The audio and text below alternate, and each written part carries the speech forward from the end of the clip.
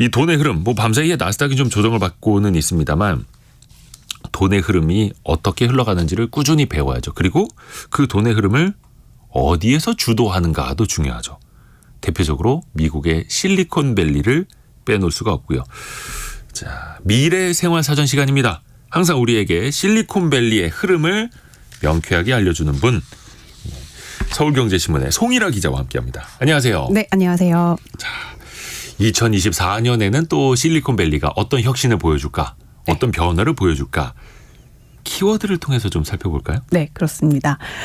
보통 기술이나 산업도 인간의 생애에도 이 사이클이라는 게 있잖아요. 네. 주기라는 게 있기 마련인데 작년에 실리콘밸리의 기술 투자 업계는 확실히 한 주기가 끝나고 새로운 주기가 시작된 해였어요.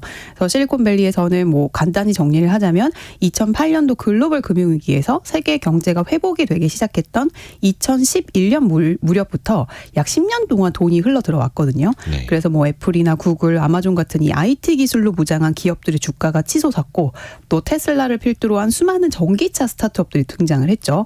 하지만 2023년 이 연준의 긴축 정책에 힘입어 이 실리콘밸리 뱅크와 같은 이 지역 은행의 유동성 위기가 시작이 됐고 생각보다 장기간 동안 이어지는 이 고금리 기조에 이 투자가 급격하게 쪼그라들었단 말이죠. 네. 그래서 수많은 그동안 돈이 많이 풀려 있었던 그 돈을 향유했던 스타트업들에게는 작년 한 해가 참 힘든 한 해였어요. 올해도 녹록치만은 않은 상황인데요. 그래서 오늘 주제는 제가 그동안 실리콘밸리의 기술 투자 트렌드를 쭉 봐오면서 네. 그 전과는 확연하게 달라진 것. 또 그중에서도 올해도 계속 좀 지속될 현상들을 정리를 해봤는데요. 한 6가지 키워드 정도로 이야기를 해볼 수 있겠더라고요. 네. 오늘은 그 내용을 좀 전달해 드리도록 하겠습니다. 6가지 키워드. 근데 그 중에서도 네. 이거는 절대 안 빠질 것 같습니다. AI. 그렇죠. 특히 또 실리콘밸리다 보니까. 맞아요. 많은 분들이 예상하실 텐데 첫 번째로 꼽은 키워드도 바로 AI의 습격입니다. 이제 챗 GPT로 많은 분들에게 이제 알려진 AI 기술이 처음에는 그저 신기했잖아요. 네. 우와, 놀랍다, 신기하다. 그리고 나서 조금 지나고 나니까 너무 이 업계의 기술 발전 속도가 빨라서 예. 깜짝 놀라움으로 바뀌었고 이제는 기계가 진짜로 사람을 대체하는 거 아니야? 이런 좀 두려움, 실질적인 두려움으로 바뀌어가고 있는 단계인 것 같아요. 그러니까 실제 AI가 인간의 일자리를 대체할 수 있다는 우려가 나온 지 지금 고작 1년도 안 됐는데 이 실리콘밸리에서는 현실이 돼가고 있습니다. 최근에 미국 매체 디 인포메이션에 따르면 구글이 자사의 핵심 수익원인 광고 영업 부서의 인력이 3만 명 정도 되거든요. 와. 이 인력 대부분을 재편성할 계획이다. 이런 보도가 나왔어요. 광고 영업 직원만 3만 명. 근데 네네. 재편성이라는 건 뭐예요? 이걸 다시 구조조정을 하겠다는 얘기죠. 그러니까 물론 뭐 구조조정이라는 인력 감축이라는 멘트를 직접적으로 사용하진 않았지만 구글이 주요 광고주와의 파트너십을 감독하는 이 영업부서의 직원을 재배치하기 위해서 해고를 포함한 다양한 방안을 구상 중이다. 이런 보도였어요. 그래서 구글은 보면 사실 AI 기술을 누구보다 빠르게 도입한 회사잖아요. 네.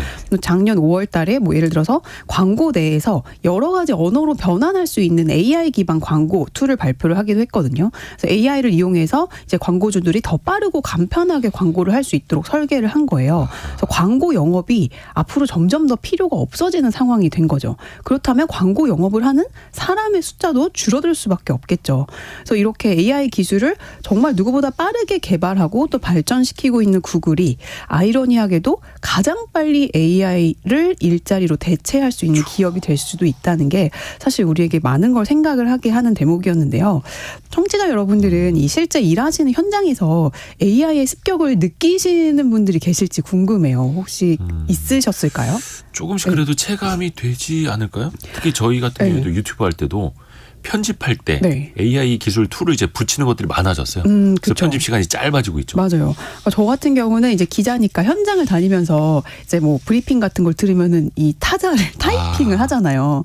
그러니까 저도 이제 아날로그 시대 사람이어가지고 인터뷰를 할 때나 뭐 그런 뭐 간담회 같은 걸 갔을 때 제가 스스로 타이핑을 하는 게 마음이 편하거든요. 그러니까 네. 상대방의 눈을 바라보면서 손을 부지런히 움직이며 나중에 그거를 보면서 복기를 할 때도 그렇죠. 누군가가 친 거를 메일을 본 것보다 제가 써놓은 거를 본 게 훨씬 더 그렇죠. 마음의 안정이 느껴지더라고요. 네. 근데 요즘은 아무도 이걸 안 하더라고요. 요즘 후배들은 그냥 다 녹음해서 그 녹음 파일을 바로 텍스트로 변환하는 AI 툴을 쓰는데 그냥 휴대전화기 갖다 대고 그걸로 녹음을 하면서 동시에 이게 네. 텍스트로 활자로 그렇죠. 변환이 되는. 근데 예전에도 그런 건 물론 있었어요. 네. 근데 그 기술이 진보하다 보니까 정말 1분 뭐 몇십 초 안에 짜르르르륵 이렇게 나오는데 그것도 거의 오탈자 없이. 오탈자 없이 행간을 읽고 이렇게 상대방이 누가 얘기했는지도 다 구분해서 나오는데 이렇게 되면은 속기사라는 그쵸. 직업은 정말 위험하겠구나 이런 생각이 들더라고요. 그래서 실질적인 내 일자리가 위험해질 수 있겠다 이런 위협이 느껴지는. 기자들도 안전하지 않습니다. 그렇습니다. 그러면 이제 이 AI 기술로 인해서 밀려나는 일자리는 계속해서 많아질 수밖에 없고 네. 이 현상이 또 후퇴하지는 않을 것 같단 말이죠. 네, 아무래도 그럴 것 같아요. 최근에 미 구인 플랫폼인 이 레주메 빌더라는 곳에서 발간한 보고서에 따르면 지난해 AI 기술이 노동자의 일부라도 대체했다고 생각하냐 이렇게 이제 기업인들한테 물어봤는데 예. 37%가 예스라고 대답을 했어요. 3분의 1 이상이 네. 작년에. 그리고 올해는 AI 효율화로 앞으로 해고가 발생할 수 있을 것 같니? 라고 이제 물어봤을 때 10명 중 4.4명이 그렇다고 대답을 했습니다. 이야. 노동자들, 그러니까 근로자들의 우려는 더 큰데요. 미국 노동총연맹이 지난해 8월 조사한 결과에 따르면 10명 중에 7명이 AI가 노동자를 대체할 수 있다고 답변을 했고요. 심지어 의사나 변호사, 뭐 회계사, 이른바 고소득 직군들의 AI 대체도가 오히려 더 높다라는 그런 분석 결과는 많이들 보셨을 거예요. 네. 근데 제가 이제 주변에 취재를 다니면서 변호사분들 막 만나보면 만날 때마다 물어보거든요. 이런 이제 전문 직종 이런 분들 물어보면 실제 지금도 이미 판례를 분석하거나 뭐 찾아볼 때 AI 도움을 상당히 많이 받고 있다고 하시더라고요. 근데 완전히 변호사 직군이 없어지는 않을 거다라는 게 중론인데 네. 그 이유는 의뢰인들은 늘 억울하기 때문에 누군가의 멱살을 잡을 존재가 필요하다. 멱살을 잡힐 변호사들은 조금이라도 남아있을 거다. 이런 우스갯소리를. 요거는 일부 변호사님이 이제 자조적으로 해주신 그렇죠. 말씀이죠. 네, 그런 이제 얘기를 들으면서 같이 막 웃은 적이 있었는데 중요한 거는 이제 AI를 지배하는 소수의 사람들과 AI로 대체될 다수의 사람들이 있을 수 있다는 거 그런 전망이 나오고 있습니다. 이게 참 앞으로 계속될 것 같아가지고 네. 그래서 걱정인데 근데 일단은 AI의 기술 발달 때문이 아니더라도 지난해에는 특히 실리콘밸리에서 해고가 많았잖아요. 구조조정이. 네, 그렇죠. 엄청났죠. 그래서 두 번째 키워드로 제가 해고의 시대를 한번 꼽아봤는데요. 네. 사실 코로나19 팬데믹이 한창이던 때는 해고의 시대가 아니고 오히려 반대였어요. 대사직의 시대라는 키워드 혹시 기억나세요? 그러니까 대사임 막 다 그만둬. 코인으로 돈 많이 벌고 그렇죠. 주식으로 돈 많이 벌어서 네. 거의 2021년 막 이때까지는 나 이제 경제적 자유입니다. 그렇죠. 회사 떠납니다. 이런 사람 좀 있었죠. 많고, 예. 그 코로나로 연준이 돈을 이제 시중에 엄청 풀면서 이제 시중에 돈이 넘쳐나고 소비력이 높아지고 많이 사니 기업들 실적은 또 좋아지고 특히 너도나도 이 재택근무를 하게 되니까 이 컴퓨터 이런 모바일 기기의 보급이 확대가 되면서 IT 기업의 실적이 굉장히 좋아졌어요. 그러면은 어떻게 되겠죠? 사람을 많이 엄청 뽑겠죠. 그래서 실제로 구인난과 이직이 활발해지면서 2022년 4월까지 이제 미국의 퇴사율이 사상 최고치인 3%까지 치솟기도 했었어요. 네. 그래서 그때는 완벽하게 구직자 우위의 시대였죠. 그래서 막 투잡, 쓰리잡 막 뛰고 막 마음에 안 들면 그만두고 막 이런 게 일상화되다가 2023년 부터 이게 서서히 바뀌기 시작하면서 사직이 아닌 대해고의 시대로 들어선 건데요. 고금리가 장기간 지속이 됐잖아요. 네. 그래서 작년에 이제 연준이 시중에 풀려있던 돈줄을 다시 죄기 시작하면서 요런 트렌드도 이제 나타나기 시작한 거예요. 그래서 더 이상 IT 기업들의 수요도 늘지가 않으면서 이미 사람은 너무 많이 뽑아놨는데 어떻게 할 수가 없으니 대량으로 레이오프, 해고를 하기 시작한 겁니다. 특히 실리콘밸리는 노동의 유연성이 또 한국보다 훨씬 더 높기 때문에 쉽게 뽑고 쉽게 자를 수가 있어서이기 때문이기도 한데요. 통계를 좀 보면은 글로벌 테크 기업의 이제 감원 현황을 추적하는 사이트인 레이오프에 따르면 네. 지난해 한 해 동안 1,179개 테크 기업에서 해고된 인원이 총 26만 1,800명으로 집계가 됐습니다. 26만여 명. 네, 이게 와. 어느 정도냐면 그 전년 대비 60% 가까이 급증한 수준이에요. 그래서 이 해고의 중심에는 빅테크 기업들이 있었는데요. 네. 그 빅테크 중에서 작년 한 해 동안 가장 많은 인력을 감축한 기업은 아마존이었어요. 그래서 아마존이 2만 7천 명 정도 해고를 했고요. 메타가 2만 1천 명, 또 구글이 1만 2천 명, 마이크로소프트가 1만 1천 명가량 해고를 했습니다. 그래서 여기서 보면은 메타는 심지어 전체 직원의 20% 이상을 줄인 거예요.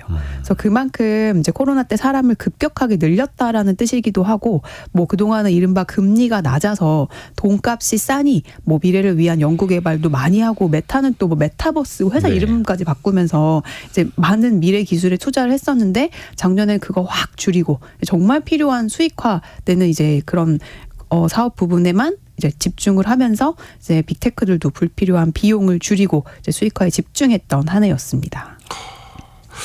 그렇게 해서 2023년까지 정말 구조조정 네. 많았고, 특히 실리콘밸리 지역에서. 요즘에는 어떻습니까? 좀 구조조정이 마무리가 된 거예요? 계속돼요? 어때요? 마무리가 됐다기보다는 속도가 좀 줄고 있어요. 그러니까 테크 업계 감원은 작년 1분기에 최고였거든요. 네. 그러니까 1분기에만 16만 명이 해고가 됐어요. 23년 1분기에만. 네, 그러니까 2023년 전체가 26만 명인데 1분기에만 16만 명이 해고가 됐으니까 엄청 몰려 있었던 거죠. 네. 그리고 나서 2분기에 4만여 명, 3분기에 2만여 명으로 점차 그 해고의 인원수가 줄어들고 있는 건 맞는데요. 근데 2021년이랑 비교를 해보면 당시에는 분기당 해고 규모가 수천 명 정도 수준을 넘지 않았던 걸 감안하면 아직도 테크업계 전반에 정리 해고의 공포는 진행되고 있다고 볼 수 있습니다. 제가 미국에서 지냈던 그 2021년까지만 해도 동네 이제 햄버거 체인 가게에서도 시간당 25불 뭐 이렇게 내걸었는데도 사람이 없어갖고 못 뽑았어요. 그래서 저라도 가서 어떻게 좀 시간당 25달러면 엄청 높은 거죠. 엄청 높은 거죠. 한 시간만. 제가 기사 쓰는 것도 그 정도 안 될 것 같은 생각이 들 정도로 네 약간 그랬었는데, 이제 재택근무가 이제 일상화가 되니까 사람들이 굉장히 그렇게 일자리를 구하기 쉬웠고, 또 한편으로는 정부에서 주는 그런 패키지, 그러니까 급여가 많았기 때문에 코로나 수당 같은 게 많았기 때문에 일부러 일을 안 한 사람들도 많았어요. 그래서 더 이제 인력난이 심했는데 지금은 네 격세지감이죠. 근데 여기까지는 최근에 한 1년 동안은 어떤 금리 때문에 그렇죠. 기업들이 좀 실적도 떨어지고 이자 비용 커지다 보니까 비용 절감을 위해서 사람을 줄였던 거고, 이 앞에서는 우리가 AI의 역습에 대해서도 이야기를 하고 있는데, 이호석 님이 저는 게임 회사 다니는데 이미지 제작에 AI를 사용합니다. 요즘 그 몇 초 만에 그림 다 그려주죠. 그리고 저 아는 분은 아내분이 성우인데 일자리를 잃으셨다고 하네요. 맞아요. 요즘에 그 AI 음성으로 네. 글자만 넣으면 알아서 정말 사람처럼 더빙을 해주는.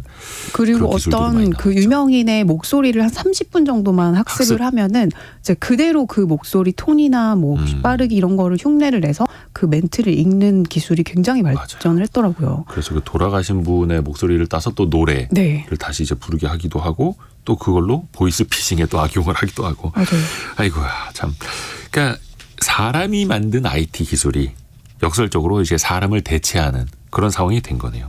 똑같은 해고의 시대인데 그 해고의 원인이 달라지는 예, 그런 상황인 것 같아요. 그 중심에 AI가 AI, 있죠. 인공지능이 있는 거고요.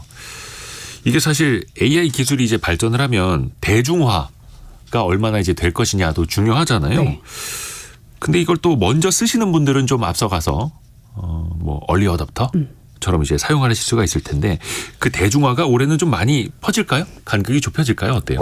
네. 안 그래도 그런 이제 얘기들이 나오고 있는데, 그래서 꼽아본 세 번째 키워드가 바로 AI 비서 자비스의 경쟁이 시작됐다입니다. 그러고 보니까 6개 키워드 중에 3개가 AI에 대한 거예요. 그래서 그만큼 이제 멀지 않은 미래에 우리가 AI가 정말 우리 삶 속에 굉장히 뿌리 깊게 침투할 거다라는 걸 뜻하기도 하는데요. 네. 혹시 자비스의 뭔지 다들 아시죠? 그 영화 아이언맨에 나오죠. 네, 맞아요. 아이언맨에 등장하는 AI 비서의 이름인데요. 목소리만 등장을 하죠. 맞아요. 예. AI 그 아이언맨 수트에 딱 장착이 돼서 이제 이 주인인 토니 스타크의 집사이자 주치의이자 그의 모든 걸 대리하는 말 그대로 토털 개인 비서라고 할 수 있는데 뭐 원격으로 주인의 집을 뭐 청소해주기도 하고 뭐 아이언맨의 전투를 뭐 도와주기도 하고 네. 주인의 요구를 바로바로 이행하는 것뿐만이 아니고 주인이 쓰러지면 지시가 없어도 알아서 필요한 곳으로 이동시켜서 치료를 시켜주는 그러니까 필요하다고 느끼기 전에 이미 서비스를 들고 오는 진정한 의미의 비서라고 할 수 있죠. 네. 그래서 이 AI 챗봇 서비스인 챗 GPT 등장 후에 지난해가 AI 특히 이 사람의 말로써 모든 걸 수행하는 이 대규모 언어 모델 LLM의 발전이 꽃피웠다면 올해는 이 모델들이 본격적으로 우리가 사용하는 기기에 들어가서 이 자비스의 역할을 하는 온 디바이스 AI의 개발 또 상용화가 시작될 것이라는 전망이 많이 나오고 있습니다. 그래서 스마트폰이 그 디지털 카메라를 완전히 장악했었잖아요. 네. 그래서 온디바이스 AI가 등장해서 이게 상용화가 되면 그 폭발력이 엄청날 거라는 예상이 지배적인데요. 근데 뭐 이는 기존에 존재하던 뭐 산업이 됐던 또 어떤 기기가 됐던 많은 걸 대체할 것 같아요. 그래서 기업들도 지금 발빠르게 움직이고 있는데요. 뭐 알파벳과 구글, 뭐 메타, 아마존 뭐 5만 기업들이 대부분 투트랙 전략을 쓰고 있습니다. 이게 뭐냐면 소프트웨어와 하드웨어를 모두 다 장악을 하겠다는 거예요. 그래서 이 시장을 장악해서 모바일이 처음 나왔을 때 애플과 같이 그런 기업이 되겠다라는 이제 움직임이에요. 일단 하드웨어를 먼저 보면은 AI 기술을 어디에 넣으면 가장 편리하게 쓸 수 있을까요? 당연 뭐 스마트폰 아닐까요? 그렇죠. 뭐 헤드셋, 뭐 휴대폰, 노트북 일반적으로 생각할 수 있는 이런 이제 기기들 외에도 뭐 옷핀이나 뭐 안경이나 뭐 손목에 차는 뭐 이런 다양한 웨어러블 기기들까지도 지금 개발이 되고 있고요. 진정한 의미의 AI 비서가 가능해지려면 이 컴퓨터뿐만이 아니고 뭐 스마트폰과 같은 일상적인 기기나 또 스마트 안경 같은 새로운 형태의 웨어러블 기기에서 AI를 사용할 수 있어야 하기 때문인데요. 전 너무 기대가 돼요, 사실은. 그렇죠. 근데 이제 우리가 물리적으로 네. 스마트폰이 어떻게 생겼는지는 알고 네. 또 요즘에 뭐 XR 기기라고 해서 안경처럼 뒤집어 쓰는 것들도 뭐 시제품으로 나오고는 있습니다만 그 안에 들어가는 소프트웨어가 중요하잖아요. 네, 맞아요. 그게 인공지능 역할을 해야 하는 거고 네. 그 소프트웨어는 구체적으로 어떤 방식으로 개발이 될까요? 아까 그 자비스가 이제 주인이 쓰러지면 지시하지 않아도 알아서 이제 그를 예. 살릴 수 있는 곳으로 이동시킨다고 말씀드렸잖아요. 네.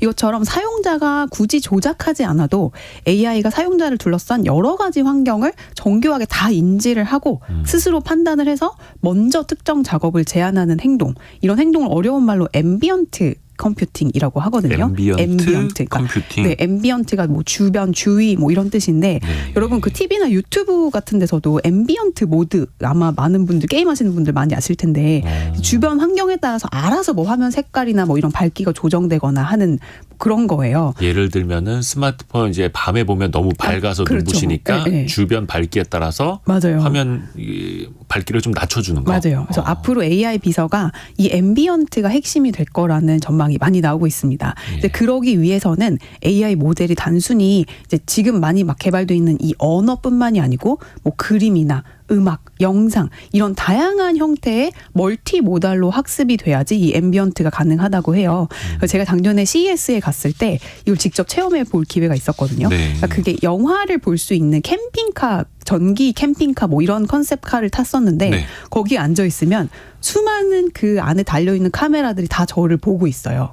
근데 이제 제가 이제 영화를 보잖아요. 예. 영화를 보다가 너무 졸려서 잠이 들어요. 예. 그러면 저절로 의자가 뒤집어서 이제 180도로 그냥 재워드릴게요. 재워드릴게요. 영화는 일시멈춤을 해고. 영화는 저절로 꺼지고 조도가 싹 낮아지면서 취침 모드로 돌입을 하는데 그게 약간 두 가지 양가 감정이 들더라고요. 너무 모두가 날 지켜보고 있다는 약간 무서운 감정이 들기도 하고 편하다. 편하기도 한데 네. 무섭기도 네네네. 하고. 그런 앰비언트 컴퓨팅이 이제 AI 비서의 핵심 소프트웨어로 자리 잡을 거다. 뭐 이렇게 보시면 되겠습니다. 이것도 이제 들으신 분들은 앰비언트 컴퓨팅 하나 배웠습니다. 네. 우리 김현우님이 이야기 형식으로 말씀해 주셔서 흥미도 있고 핵심을 잘 알 수 있게 해주셔서 집중해서 듣게 된다고. 송일아 기자님이 준비해 주시는 이 시간은 AI가 결코 대체할 수 없을 겁니다. 아유 감사합니다. 이야기를 해주셨습니다. 우. 대체되면 안 됩니다. 열심히 해야 됩니다. 자, 그러면 이 기술들 가지고 앞서 나가는 기업들, 어느 기업들이 치고 나갈 준비를 하고 있는지 살펴봐야죠. 네, 현재 가장 가시화된 기업은 메타입니다. 메타가 기사회생했죠, 사실은. 정말 많이 힘들었었거든요. 진짜 주가가 반에 반토막 났다가 거의 한 3배 다시 뛰어올랐고 막. 그러니까 그때 시총 10위권 밖으로 막 밀려나면서 막 정말 힘들었었는데 작년에 또 완전히 기사회생해가지고 지금은 이 AI 하드웨어 시장을 메타가 많이 앞서 나가고 있습니다. 특히 이 스마트 글래스가요. 작년 그 블랙 프라이데이 기간 동안 메타의 VR 기기인 퀘스트가 에어팟보다 압도적으로 많이 팔렸고요. 또 스마트 안경 있거든요. 그 안경은 완판이라서 구할 수조차 없었습니다. 에어팟은 그 애플의 이어폰 그렇죠. 같은 거죠. 무선 이어폰. 콩나물처럼 생긴 그게 인기가 많은데 그거보다 이 메타의 VR 기기가 더 많이 팔렸다. 네, 더 많이 팔렸어요. 소프트웨어 역시 상당히 진화하고 있는데요. 뭐 자사의 대형 언어 모델인 라마를 기반으로 한 AI 기술과 또 스마트 안경과 결합한 AI 비서가 그 결과물이에요. 그래서 만약 사용자가 내가 들고 있는 셔츠랑 어울리는 바지를 추천해줘, 안경을 쓰고서는 바지 추천해줘라고 하면은 AI가 이제 그 바지랑 그 셔츠랑 어울리는 바지 몇 가지를 제시를 하고 뭐 거기에 쓰여 있는 언어를 뭐 스페인어를 영어로 바꿔준다든지 이렇게 변환까지 하는 그런 상황까지 이르렀습니다. 그래서 메타는 이 AI 비서의 테스트를 현재 미국 일부 사용자부터 시작을 해서 올해 정식으로 출시할 계획이라고 해요. 그래서 저도 이 글래스는 한번 써보고 싶더라고요. 아직 한번 못 써봤는데 옛날은 굉장히 좋았겠다고 했거든요, 사람들이. 예, 그렇죠. 근데 최근에 나온 거는 확실히 쓸만하다 이런 리뷰가 많습니다. 오픈 AI 같은 경우는 GPT-4로 지금 기술적인 부분에서는 앞서 있는 만큼 타사 기업에 투자를 해서 협업하는 방식으로 이 AI 기기 개발에 공을 들이고 있고요. 밖에 애플은 하드웨어 강자답게 이제 다음 달 출시 예정인 그 고사양 애플 비전 프로 있잖아요. 그 혼합 현실 헤드셋에 영혼을 담았다. 이런 썰들이 나오고 있습니다. 근데 사실 한 수년 전에 구글 글래스인가 뭐 하나 나온 적이 있었을 거예요. 맞아요. 근데 그게 카메라가 안경 바깥에 이렇게 달려 있다 보니까 맞아요. 보는 사람들이 위화감을 느낀다. 맞아요. 나를 몰래 찍고 있는 것 같다. 이래서 기피하게 됐었거든요. 그러면서 사장됐는데. 맞아요. 그래서 그 프라이버시 문제 때문에 뭐 법원도 가고 그랬었는데 앞으로 그런 개인 정보 보안 이런 것도 굉장히 발전을 할 것 같아요. 이야. 스마트 안경, 이것도 저도 이제 기대가 됩니다. 메타를 비롯해서 사실 실리콘밸리의 그 빅테크 기업들 상당히 많고 23년도에도 주가도 엄청 뛰었습니다. 네, 맞습니다. 그러면서 일종의 테마처럼 엮였던 게 매그니피센트 세븐이라고 해서 쉽게 말해서 이 테크 기업들 중에서 잘 나가는 큰 기업들 7개만 계속 잘 나가는 그 돌풍이 있었잖아요. 2024년에도 이어질까요? 그러게요. 저의 가장 큰 관심사이기도 한데 돈 벌어야 합니다, 여러분. 매그니피센트라고 작년에 등장을 했잖아요. 그래서 이게 이제 빅테크 7대 기업 애플과 마이크로소프트, 구글, 아마존, 엔비디아, 메타, 테슬라까지 지칭하는 용어인데요. 예전에는 빵이라고 해가지고 뭐 넷플릭스 뭐 있었는데 이제는 매그니피센트 세븐 말도 어려워요. 그래서 작년에 나스닥 지수가 44% 이상 이제 상승을 하는 등 이 기술주가 최고 오름세를 보였는데요. 이 친구들 덕분이었습니다. 그래서 뭐 S&P 지수는 작년 한 해 동안 24.5% 올라서 사상 최고치에 근접을 했고 이제 이 빅테크들이 수익성 악화와 해고가 이어졌지만 이 친구들이 굉장히 많이 올랐기 때문에 그 강세장을 이끌었어요. 제일 많이 오른 기업이 엔비디아로 한 해 동안 238% 올랐고요. 메타가 197%, 테슬라 112%, 제일 적게 올랐던 애플마저도 48%가 올랐습니다. 그래서 이거 보면은 S&P 500 지수가 500대 기업으로 구성이 되잖아요. 그렇죠. 근데 이 매그니피센트 세븐 주가가 지난해 평균 75%가 올랐단 말이죠. 근데 나머지 493개 기업의 주가 상승률은 12%에 그쳤어요. 그래서 이게 참 주가 상승에 기여한 정도가 크구나.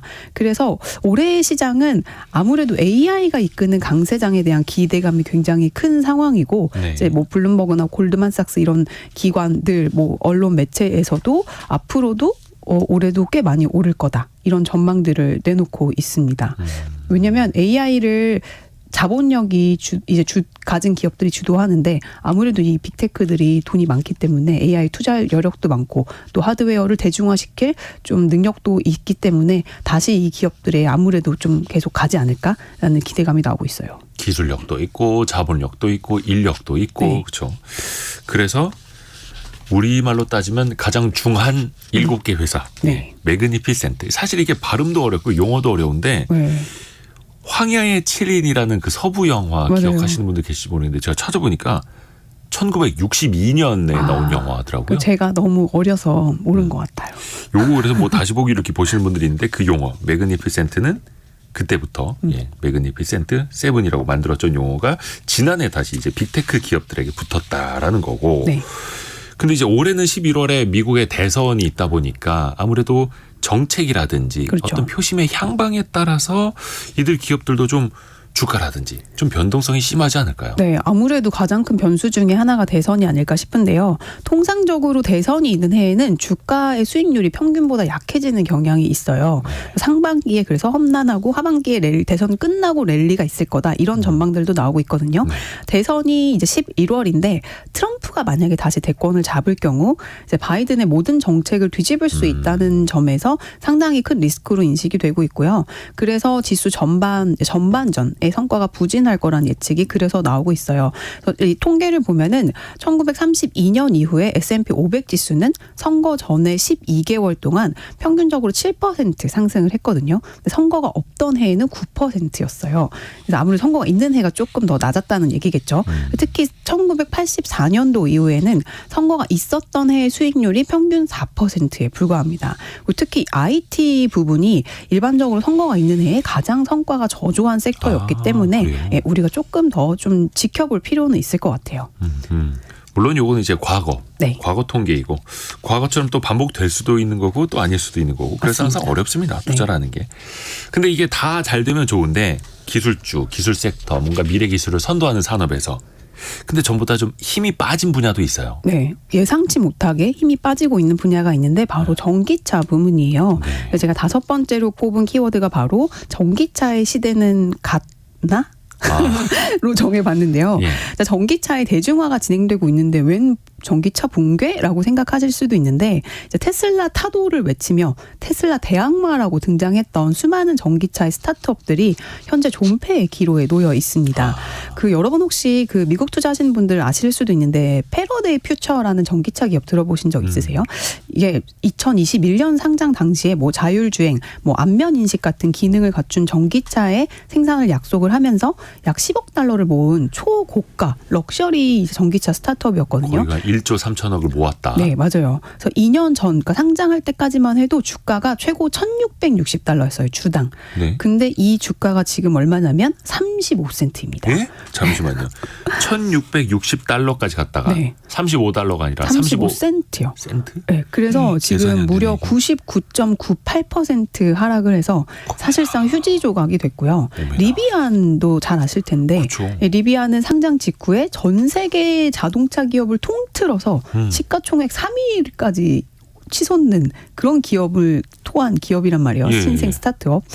저희가 이걸로 이제 방송도 하기도 했었는데 이게 리비안도 역시 상장 초반 120달러 육박하던 주가가 지금은 그나마 나아서 20달러대 거래되고 있습니다. 오메. 네. 그러니까 이제 돈이 넘쳐 흐르던 시절에는 그렇죠. 주가도 이제 고평가를 받았고 미래를 장악할 것 같았는데 조금씩 이제 어려워지고 있다. 네네. 테슬라는 어때요? 테슬라는? 테슬라는 이제 아무래도 1위인 만큼 그나마 선방을 하고 있다고 표현을 할 수 있을 것 같은데요. 간밤에 지난해 4분기 차량 인도량을 발표를 했어요. 그래서 작년 4분기 동안 48만 4,507대를 인도를 해서 한 해 동안 180만 대 넘는 차량을 고객에게 인도를 한 걸로 이제 집계가 됐는데 이는 전년 대비 약 40% 가까이 증가한 수준입니다. 이게 테슬라가 이제 전망했던 수치랑 비슷했어요. 맞았어요. 그래서 올해 인도량이 최소 180만 대는 될 거다 이렇게 작년에 얘기를 했었는데 실제 달성을 한 거고요.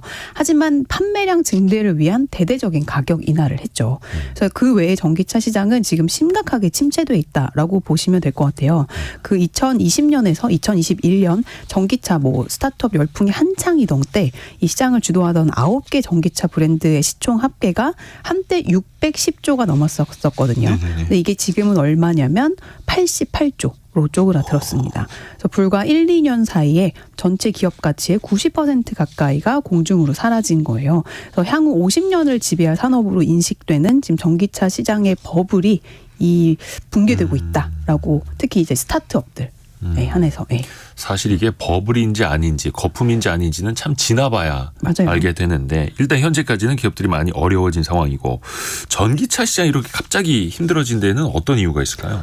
직접적인 원인이 금리 있죠. 그래서 연준의 금리 인상인데 네. 전기차 스타트업들이 고점을 기록했던 2011년 11월이 어떤 시기였냐면 제롬 파월 연준 의장이 의회에서 인플레이션, 물가 고물가가 장기간 고착화될 수 있다고 처음으로 인정했던 시기였어요. 그러니까 그 전까지 파월은 항상 뭐라 그랬냐면 인플레이션이 일시적이다.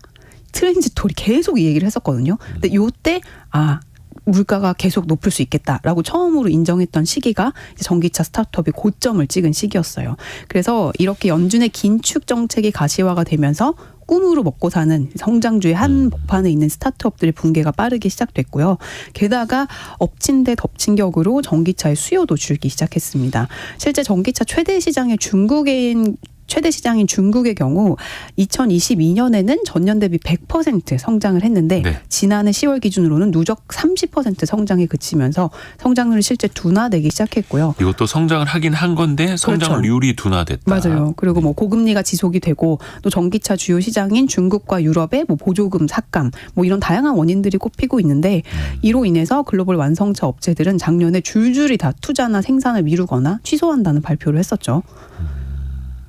그러면 전기차 시장이 어떻게 좀 반전을 보여줄 수 있을까요? 아니면 올해도 힘들까요? 이것도 전망이 좀 나뉘고 있는데 업계에서는 지금 글로벌 전기차 수요가 캐즘의 영역에 진입했다. 캐즘. 네, 지난번에 한번 우리 가르쳐 주셨는데. 맞아요. 이게 캐즘이 뭐냐면 협곡을 뜻하는데 산업 용어로는 뭐 첨단 신기술 제품이나 서비스가 초기 시장에서 주류 시장으로 넘어가는 과도기에 일시적으로 수요가 잠깐 침체되거나 정체되는 그런 현상을 의미를 한대요. 그 협곡에 지금 빠져버렸다. 그렇죠. 그래서 이를 넘어서는 제품은 대중화에 성공을 하지만 그렇지 못하는 제품들은 일부 얼리 어댑터들의 전유물로 남게 된다는 뜻인데요. 특히 오는 11월에 예정돼 있는 미국의 대선이 가장 큰 중요한 변수가 될 것 같아요. 왜냐하면 이 바이든 대통령이 뭐 인플레이션 감축법, 이 IRA를 비롯한 이 친환경 정책을 강하게 지금 밀고 있잖아요. 근데 트럼프가 당선될 경우에는 이 향후 예정된 친환경 정책들도 모두 백지화시킬 수도 있고요.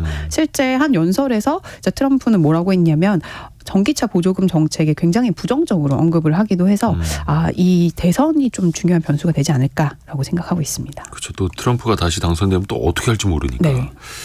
근데 사실 이게 전기차 업계뿐만 아니라 대부분의 스타트업들이 투자를 받아서 어떻게 보면 이제 성장을 하고 있었는데 지난해는 대부분의 스타트업들이 힘들었을 거예요. 네, 맞아요. 뭐 그냥 뭐 초기 스타트업뿐만이 아니고 유니콘에 달하는 스타트업들도 작년에는 많이 힘들었는데요.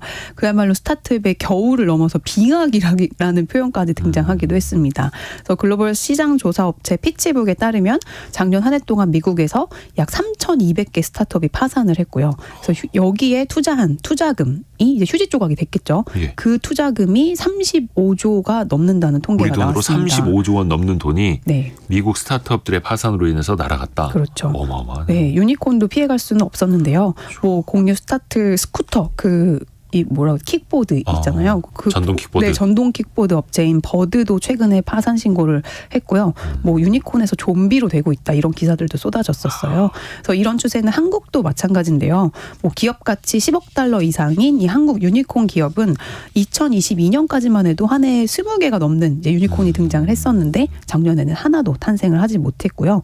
뭐 올해는 금리 인하가 아무래도 예정이 돼 있어서 작년보다는 좀 나아지지 않을까라고 생각하는데 여전히 신규 투자는 얼어붙어 있는 상황입니다. 그래서 그 키워드 중간에 한번 정리해 보자면 네. AI의 습격, 해고의 시대, 인공지능 비서, 자비스의 경쟁, 매그니피센트 세븐의 돌풍, 그리고 무너진 전기차까지였는데 마지막 6번째 뭡니까? 네, 마지막 6번째는 이제 방금 말씀드렸던 스타트업의 혹한기와도 연결되는 키워드인데요. 위워크의 파산으로 본 상업용 부동산의 미래입니다. 상업용 부동산의 네, 미래. 이것도 미국 이제 지금 특히 실리콘밸리에서도 째깍째깍하고 있습니다. 그래서 위워크 역시 뭐 공유 경제의 상징으로 여겨지고 한때 기업 가치가 60조 원이 넘었던 정말 이 입지전적인 기업이었는데 결국에는 작년 11월에 실적 악화를 견디지 못하고 파산 보호 신청을 했는데요. 와, 이게 얘기 들어보니까 뉴욕 안에서만 47곳의 오피스 위워크 오피스 빌딩을 확보를 하고 있었는데 네. 이 중에 35곳을 폐쇄하기로 거의 그냥 사라지는 거예요. 했다고 해요. 그래서 다른 곳들도 지금 부동산 계약을 줄줄이 해지를 하고 있고 그래서 안 그래도 지금 미국 상업용 부동산이 이제 높은 공실률로 허덕이고 있는데 이 위워크발 후폭풍이 이제 이어질 거다라는 경고음이 나오고 있습니다. 그래서 위워크가 파산 신청과 함께 폐쇄를 발표한 미국 내 사무실이 약 70곳인데 이 중 절반이 뉴욕에 있어요. 지난번에는 샌프란시스코 지역에서 네. 공실이 또 심각하다라는 것도 네네. 이야기해 주셨는데 뉴욕도 마찬가지고요. 많이 이제 공급량이 쏟아져 나오는 거죠. 빈 건물들이. 근데 이것뿐만이 아니라 이게 공실률이 언제까지 가느냐. 네. 이것도 되게 중요하잖아요. 지금. 맞아요. 그래서 근데 나아질 기미가 잘 안 보이는 것 같아요. 그래서 미국 상업용 부동산 시장은 지금도 악화 일로를 걷고 있는데요. 코로나19 이후에 재택근무가 자리를 잡으면서 공실률이 급격하게 치솟았고 최근에 이제 부동산 정보업체의 커머셜 에지라는 정보업체에 따르면 미국 상위 50개 도시의 평균 사무실 공실률은 작년 11월 기준 18.2%로 사상 최고치를 기록했습니다. 그래서 보면은 미시건 디트로이트가 25.7%, 텍사스 휴스턴도 25%가 넘고요. 캘리포니아 샌프란시스코는 24.2%. 그러니까 건물 5개 중에 하나는 4개 중에 하나는 그냥 비어 있다고 보면 돼요. 사무실 4칸 중에 1칸이 비어 있다. 네. 재택근무 영향으로 다수의 임차인이 이미 사무실 공간을 줄였고 일부 기업이나 회사가 최근에 이제 사무실로 다시 복귀해라 이런 정책을 강화하고 있는데 여전히 코로나 이전 수준으로 회복하는 데에는 역부족인 상황입니다. 근데 이렇게 실물 경제가 어려워지면 금융으로도 전이가 될 그럼요. 수밖에 없잖아요. 투자금은 당연하고. 맞아요. 여기에다가 물론 이제 부동산이니까 담보대출도 많을 텐데요. 자기 돈으로 건물 다 사는 사람 별로 없잖아요. 그렇죠. 네, 그래서 파이낸셜 타임즈가 이제 최근에 모기지 은행협회를 통해서 이제 미국 오피스 빌딩의 소유주들이 갚거나 다시 대출을 받아야 하는 상업 저당 대출 규모를 발표했는데 이게 약 151조 원, 우리 돈으로 150조 이상에 이른다고 합니다. 그리고 이 대출 중에 3분의 2가 은행이 보유하고 있는데 그래서 이 부실이 현실화가 되면은 금융 위기로도 이어질 수 있는 거예요. 그래서 미국의 상업용 부동산 시장은 만기의 원금을 갚는 주로 일시상환 대출 방식이 많은데요. 그렇게 되면은 만기일이 다가올수록 상환 부담이 커지는 구조잖아요. 네. 그래서 대출의 상당수가 10년 전 엄청나게 금리가 쌌을 때 받았던 이제 설정됐던 거예요. 그래서 현재 금리는 그때에 비해서 2배 가까이가 뛰었는데 건물값은 앞서 얘기했던 여러 가지 이유들로 가치가 더 하락하고 있어서 소유주들이 진짜 수십억 달러의 손실을 볼 가능성이 있고요. 그래서 글로벌 신용평가사 무디스는 만기가 다가온 605개 오피스 건물 중에 200개가 넘는 건물이 상환이 어려울 거다. 이렇게 전망을 하고 있어요. 근데 이 건물들에 미국 은행들만 껴있는 게 아니고 국내 증권, 보험사, 금융기관들도 여기에 투자를 많이 했거든요. 그것도 선순위가 아니고 중순위, 후순위로 이제 대출을 많이 해줘가지고 이분들 또 여기에 들어가 있는 공모펀드 자금들, 그러니까 일반 투자자 자금들까지 지금 다 묶여 있어서 이 해외 부동산의 악화는 우리에게도 남일은 아니다. 손해를 보게 되면 그 후순위 채권부터 네. 손실을 보게 되니까요. 참 이게 12월 미국의 FOMC 연준 그 통화정책회의에서 금리 인하를 시사하기는 했는데 마지막까지 좀 잘 버텨야 될 텐데 그 끝끝내 버티지 못하고 마지막에 문제가 터지는 기업들 나타나서 안타깝기도 하고 또 반대로 생각을 해보면 이들의 문제가 터지니까 연준도 그렇고 금리 인하를 또 검토한 걸 수도 있겠고 어려운 사정도 2024년에는 좀 개선이 되길 바라겠습니다. 해서 송 기자가 AI의 습격, 해고의 시대, 인공지능 비서, 매그니피센트 세븐 돌풍, 무너진 전기차, 그리고 상업용 부동산의 위기까지 실리콘밸리를 키워드로 깔끔하게 또 정리를 해줬습니다. 서울경제신문 송일아 기자와 함께했습니다. 고맙습니다. 네, 감사합니다.